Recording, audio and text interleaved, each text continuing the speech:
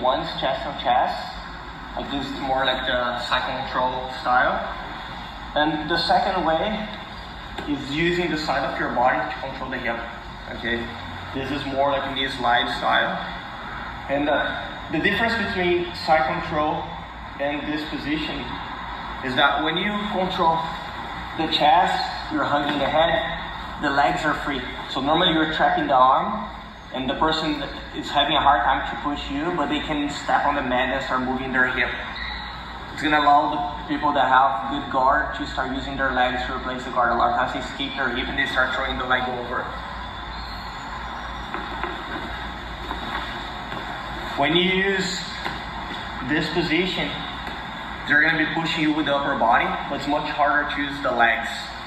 So normally this is the way I like to stabilize the position. So even if I pass the guard with a long step, for example, I'll go back to this position because I feel much more comfortable here holding this position. And another detail is that if the person is using their hands to push, they're not going to be able to use the legs, and it will be much easier to make them turn. So with this position, I feel it's easier to take the back.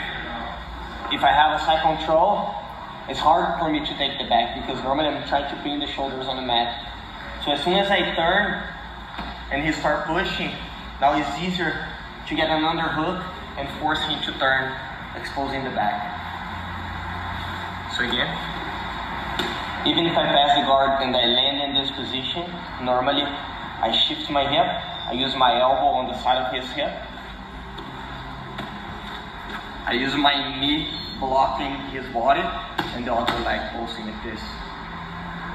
Normally I like to have a grip on the collar because it's easier to maintain the distance, and if the person is pushing me, I'm not going to fight back. I'm going to just redirect like his strain to the legs. I start doing this, putting him sideways. At this point here, it's easier to start getting an underhook than take the back. Okay?